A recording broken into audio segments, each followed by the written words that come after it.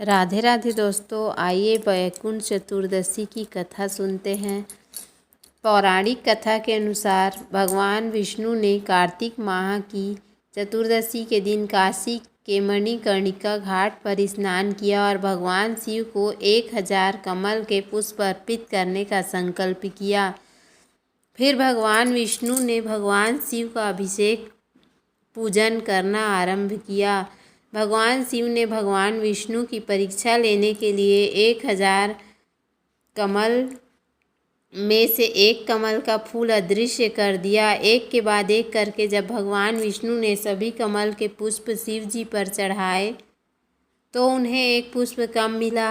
अपना संकल्प अधूरा रहता देख भगवान विष्णु को विचार आया कि मुझे कमल नयन के नाम से पुकारा जाता है, अर्थात मेरे नयन कमल के समान है। यही विचार करके उन्होंने अपना एक नेत्र भगवान शिव को चढ़ा दिया। भगवान विष्णु की भक्ति देखकर भगवान शिव अति प्रसन्न हुए। तभी भगवान शिव ने प्रकट होकर विष्णु जी को सुदर्शन चक्र भेंट किया और कहा, आपके समान कोई दूसरा नहीं हो सकता, आप मुझे अति प्रिय हो। आज के दिन जो कोई भी आपकी और मेरी पूजा करेगा उसके सभी पापों का नाश हो जाएगा। वैकुंठ चतुर्दशी की दूसरी कथा। एक धार्मिक कथा के अनुसार नारद जी धरती के लोगों के दुख और संताप को देखकर बहुत दुखी हुए और धरतीवासियों के दुखों के निवारण के लिए भगवान विष्णु के पास गए। नारद जी को देखकर भगवान ने उन्हें आदर से पूछा, हे देव ऋषि, आप आज यहाँ आना कैसे हुआ? तब नारद जी ने कहा, प्रभु आप तो अंतर्यामी हो, आप अपने इस भक्त के मन का हाल भी जानते हो। धरती पर रहने वाले प्राणी अलग अलग योनियों में जन्म लेकर नाना प्रकार के दुख झेल रहे हैं। उनको उन दुखों से मुक्त करने और मोक्ष प्राप्ति के लिए कोई आसान सा उपाय बताइए। तब भगवान विष्णु ने नारद जी से कहा, हे नारद, तुमने पृथ्वी पर रहने वाले प्राणियों के हित के लिए बहुत अच्छा प्रश्न किया है। जो भी कोई मनुष्य कार्तिक मास की शुक्ल पक्ष की चतुर्दशी के दिन पूर्ण श्रद्धा और भक्ति के साथ मेरा व्रत एवं पूजन करेगा, उसके सभी कष्टों का निवारण हो जाएगा और मरणोपरांत सीधे वैकुंठ धाम को प्राप्त करेगा। साथ ही कार्तिक मास की शुक्ल पक्ष की चतुर्दशी के दिन कोई भी मृत्यु को प्राप्त होगा उसे वैकुंठ की प्राप्ति होगी। भगवान विष्णु ने अपने द्वारपाल जय और विजय को बुलाकर आदेश दिया कि कार्तिक मास की शुक्ल पक्ष की चतुर्दशी के दिन वैकुंठ के द्वार खुले रहेंगे। इस दिन प्राण त्यागने वाले को भी वैकुंठ धाम प्राप्त होगा। तभी से कार्तिक मास की लपक्ष की चतुर्दशी को वैकुंठ चतुर्दशी के नाम से पुकारा जाने लगा।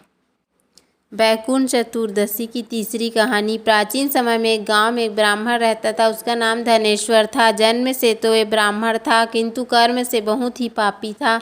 उसने जीवन में अनेक पाप कर्म किए। संयोगवश एक बार धनेश्वर वैकुंठ चतुर्दशी के दिन गोदावरी नदी में स्नान के लिए गया।